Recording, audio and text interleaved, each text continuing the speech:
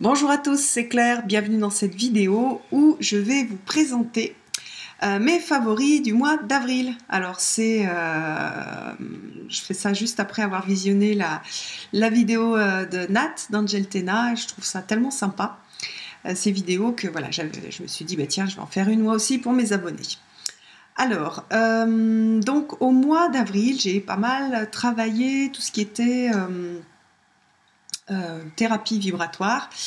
Et ce qui m'a beaucoup aidé, une synchronicité en fait qui s'est réalisée, c'est qu'un éditeur m'a envoyé une boîte dont je ferai la review plus tard, mais qui s'appelle Thérapie vibratoire et fleurs de Bach. Et donc j'avais commencé à bosser les fleurs de Bach pour me refaire en fait tout un traitement pour entre autres pour travailler sur l'anxiété.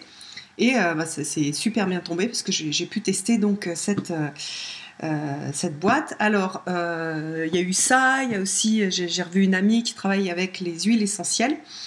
Donc je me suis fait tout un programme avec des fleurs de Bach, des huiles essentielles et puis des compléments alimentaires. Alors, en complément alimentaire, je prends des oméga 3. En fait, les oméga 3, c'est super intéressant parce que lorsqu'on est anxieux, qu'on a une anxiété importante, on a une sorte d'inflammation qui se produit au niveau du cerveau, et ils se sont aperçus qu'à des quantités assez importantes de compléments, en donnant des quantités importantes de compléments alimentaires en oméga 3, à des patients qui souffraient d'anxiété, on avait une diminution de l'anxiété. Donc voilà, j'ai déjà testé ça en début de cette année, pardon. Et j'avais arrêté, donc là je reprends. Donc voilà, sachant que il y a des calculs à faire. C'est pas donc les oméga 3, c'est une partie d'un produit qu'on trouve dans les oméga 3 qui est le PA. Et il faut prendre au moins 1 gramme de PA par jour, voire 4 grammes, donc ça fait des grosses quantités. Donc j'ai passé pas mal de temps à chercher et à trouver des produits qui étaient fortement dosés en EPA, parce que si on prend des quantités trop faibles, en fait, ça ne sert à rien. Voilà. Après, au niveau des fleurs de Bach,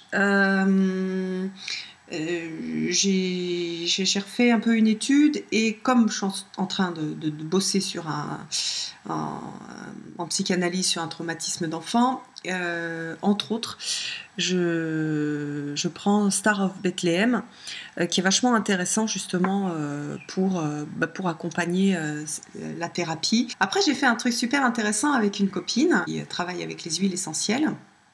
Là, elle m'a fait sentir plusieurs huiles essentielles sans que je sache ce que c'était, et mettre des mots en fait dessus pour voir qu'est-ce que ça me faisait ressentir. Et entre autres, il y a une huile essentielle qui est sortie, c'est l'huile essentielle de carotte, et ça me faisait sentir en sécurité.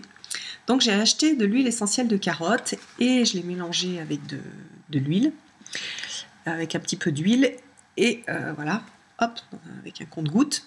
Et je masse le 1 de rein avec cette huile. Le 1 de rein, c'est le point qui est sous le pied, hein, qui correspond à l'énergie ancestrale. C'est le lien à la terre, c'est un point qui est très important. Donc voilà, je fais des massages avec ce mélange d'huile et d'huile essentielle de carotte. Voilà, donc j'ai fini pour les trucs qui ne concernent pas les cartes. Maintenant, je vais vous parler des cartes. Le mois dernier, j'ai travaillé sur 2 types de cartes hyper différents. Le premier type, c'est un jeu que je vous ai présenté, qui est le Tarot of the Holy Light, que j'adore, qui est extrêmement... il a un côté très mystique. Il a un livre qui est génial. Donc j'ai pas mal bossé avec. J'ai lu le livre, j'ai étudié un peu les cartes, je me suis remise un peu à bosser sur l'alchimie, puisqu'il y a des choses sur l'alchimie. J'ai cherché un peu aussi les références auxquelles faisait... dont Christine Paintoller faisait allusion, dont elle parlait dans son livre. Donc j'ai fait pas mal de choses sur ce jeu-là, et je l'aime beaucoup. Ça fait partie des jeux un peu de base, qui sont des jolis jeux, des jeux de collection, et en même temps des jeux qui sont très puissants pour travailler, notamment le côté mystique.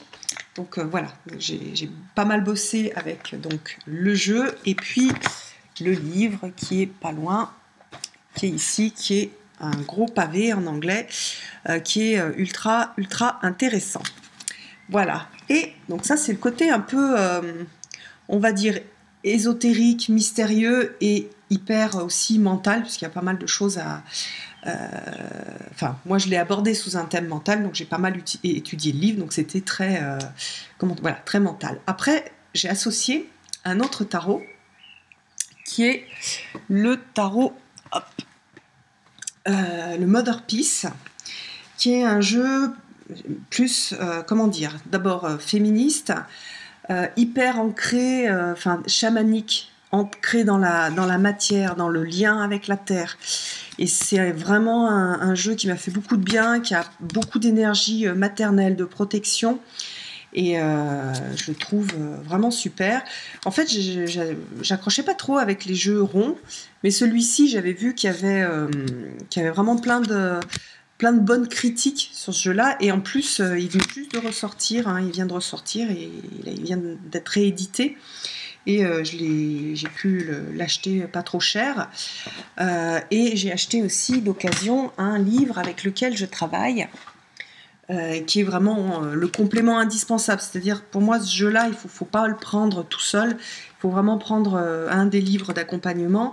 Et le livre que je recommande, que j'ai payé rien du tout, puisque c'est en occasion, donc il devait être... j'ai payé 3 € de frais de port, mais j'ai dû l'acheter 1,50 €.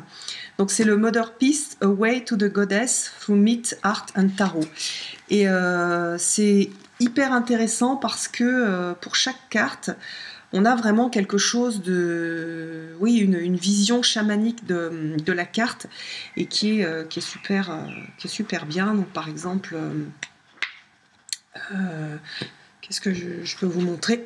À chaque fois, on va avoir, voilà, pour une carte, on va avoir par exemple la tempérance, grounding, cosmic energy, voilà, pour ancrer les énergies cosmiques, avec toute une description, un lien avec les déesses. Alors, c'est pas les déesses... comment dire, c'est pas une vision des déesses telle qu'on peut l'avoir comme les déesses grecques, etc. Ce sont plutôt des déesses des dieux et des déesses fin de la préhistoire, début de l'Antiquité. Donc on est vraiment sur des choses très très incarnées, très très chamaniques. Et c'est vraiment je trouve un jeu qui est super fort pour ancrer en fait. Et moi j'en ai bien besoin. Et puis j'ai besoin de cette énergie féminine, et cette énergie de la terre qui en fait me parle énormément. Donc voilà. Donc voilà, chaque fois il y a des descriptions et qui sont extrêmement inspirantes. Je fais pas de gros tirages avec, c'est plus je vais plus tirer une seule carte ou 2 ou 3, mais vraiment je fais des tirages très très petits. Et pour l'instant, je l'utilise que pour moi. Voilà, parce qu'il faut quand même adhérer à cette vision-là pour en avoir les bénéfices. Alors après, un peu dans cet esprit-là, j'ai ressorti le Wild Unknown. Et lui, je travaille pas du tout avec le livret. Je travaille qu'avec... on va dire les cartes. Alors j'aime énormément, il y a un côté un peu un peu sensuel dans ma relation avec le Wild Unknown. J'adore le côté soyeux des cartes. J'adore le bruit qu'elles font. Je ne sais pas si vous pouvez l'entendre quand on brasse les cartes.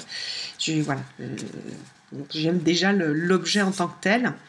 Et puis je trouve les illustrations super inspirante. Alors c'est un jeu, je vous mettrai les références sous la vidéo, qu'on peut trouver maintenant en mass market. Donc c'est plus du tout on va dire un jeu de collection. Et en mass market, ils vendent et le jeu et le livre, que moi je connais pas. Mais voilà. Je le trouve, voilà, il est assez connu, mais c'est un jeu assez connu qui a eu beaucoup de succès dans les milieux anglo-saxons, mais pour moi, il a vraiment quelque chose d'hyper parlant. Et le fait qu'on n'ait pas de personnages, que des animaux, ça apporte comment dire, une sorte de puissance au niveau des archétypes. Voilà, et il y a vraiment c'est des illustrations très simples. Là, on a des vers cassés et une montagne. Et moi, il me fait voyager, en fait. Et à chaque fois, je vois des choses dans la carte qui sont, voilà, qu'est-ce qu'il y a dans la montagne, qu'est-ce que les vers qui sont cassés, en fait, il provoque pas mal soit d'intuition, soit en projection, il est aussi très très fort. Voilà, donc ça c'est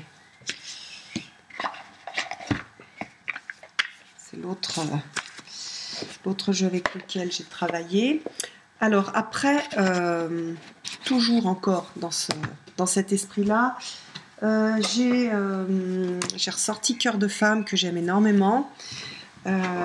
Pareil, c'est un jeu qui est axé sur le féminin.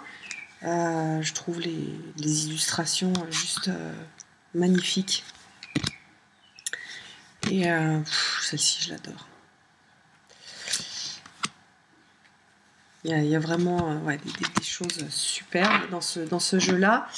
Et un petit livre, le petit livre d'accompagnement est sympa. Il est plus intuitif, c'est-à-dire qu'on on a une sorte de poème, vous voyez là au début. On a un petit message et on a des pierres, des plantes et un rituel qui est proposé pour chaque carte. Donc en fait, on peut l'utiliser pour faire pas mal de choses. C'est aussi un jeu assez comment dire, avec des pratiques plutôt chamaniques. Pour le comment dire, le Mother Peace Tarot, j'ai oublié de dire, c'est pas un jeu qui est réservé aux femmes. Hein. Pour moi, il n'est absolument pas réservé aux femmes. Il est super aussi pour les hommes parce qu'on travaille avec des déesses, donc avec le côté comment dire, avec des énergies féminines, mais on a tous des énergies masculines et féminines et on est tous touchés par ces énergies et on est tous inspirés aussi par un certain nombre de déesses. Donc voilà, pour moi, c'est pas un jeu qui est spécifique pour les femmes, alors que celui-là, je le trouve plus adapté, voilà, juste pour les femmes. Un homme sera déçu, il trouvera peut-être pas, il y a certaines choses qui vont pas lui correspondre. Ensuite, donc, je me suis replongée là-dedans. C'est un livre que j'ai lu en gros presque d'une traite la première fois que je l'ai reçu. Et comme j'avais le Tarot of the Holy Light, je me suis replongée dedans. Voilà. Il y a Nat qui l'a présenté aussi. Moi, je l'adore. Je le trouve super riche et intéressant. Voilà. Et puis, autre chose, j'ai